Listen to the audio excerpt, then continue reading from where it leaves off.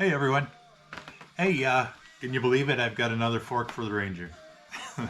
I know I just put replacement one on last week, and it's doing fine. It's a typical Ranger fork. But I ordered this one a few weeks ago, and it just showed up yesterday in the mail. It's a Himalo full air fork. So what I liked about this was that it weighs considerably less than the stock Ranger fork. It's got way more travel. This is listed as being at 170 millimeters. That's 170 of travel, which is basically, I've been compressing it just by hand, and I'm getting that much out of there, which is measuring at 165. So I think on the bike I can get a full 170 out of it, like they claim. So nice looking fork. I did a little research on these, and the reviews that I came across, there were a few that compared $200 forks. By the way, these cost $199 with free shipping. So some of the reviews I saw that were comparing $200 forks, which they consider budget forks. This fork finished right in the middle of the pack if they were testing 10 forks at a time. Usually just right around the RockShox Judy, a couple of times ahead of it. The RockShox Judy, as well as I think you can pick those up for about $189 now. But it, that's a decent fork, and if this works as well as that, I'll be happy with that. Some people will say, yeah, it's just another Chinese fork. But my thinking is that any fork that's under $200 is going to be made in China. You just can't build a fork in the United States for under $200. So the only thing that actually, the fork itself, the dampening, just everything about it, would have scored higher in all of the comparisons, except the testers didn't like the fact that there was only one bolt on the triples. I can see if you're a downhiller or jumping or something, yeah, you're going to probably want triples that have at least 2 bolts in them, just for security. But these clamps, these are what came on my last set of Ranger forks. And there are just your standard Ranger clamps. They've proven themselves to be more than adequate for the kind of riding I do with this bike, which is fire roads, single track that isn't too rough, and some road riding. These clamps have been perfectly fine. Nothing has ever moved once I've had everything tightened down in them. So that these clamps are actually what stopped this fork from being rated as in the top 3 or 4. So that's exciting. Full air.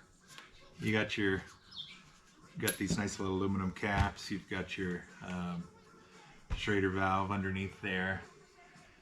But what's kind of funny about this, I think, or I strongly suspect, that this fork is manufactured in the same plant as the Ranger fork, because Ranger clamps here, they look pretty much identical, and they are exact same dimensions and all.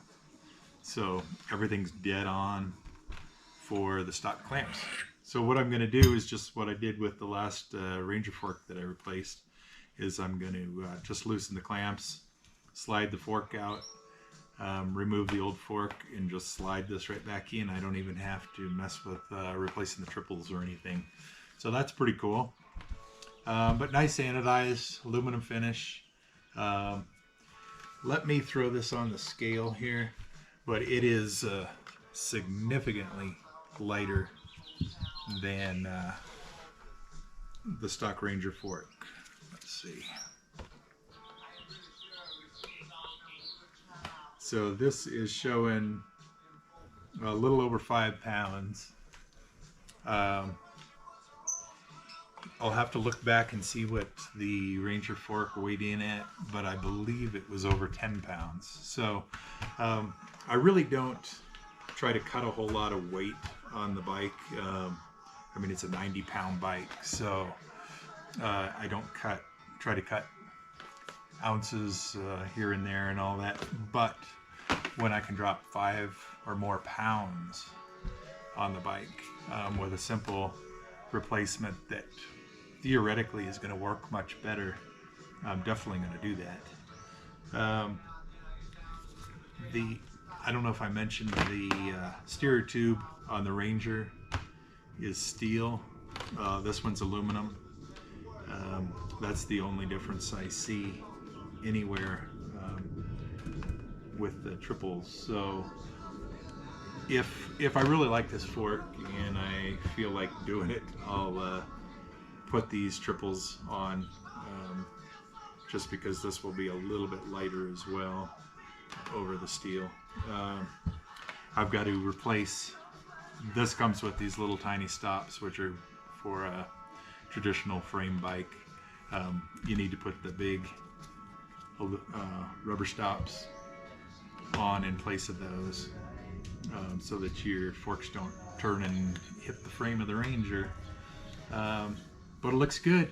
This the company that I got this from has a 30-day return policy on the fork, so that's why I'm kind of hurrying to put it on, because I want to use it for several days and see if I like it. I believe the manufacturer's warranty on the fork was 6 months. 6 months, I can put in an awful lot of riding and really know how it does. So this is just a quick, easy swap for hopefully a good upgrade in the suspension, and I'll definitely let you all know how it goes. I'll just do a quick video once it's on the bike here, just to show you what it looks like, and that's it for this morning. Hey, thanks.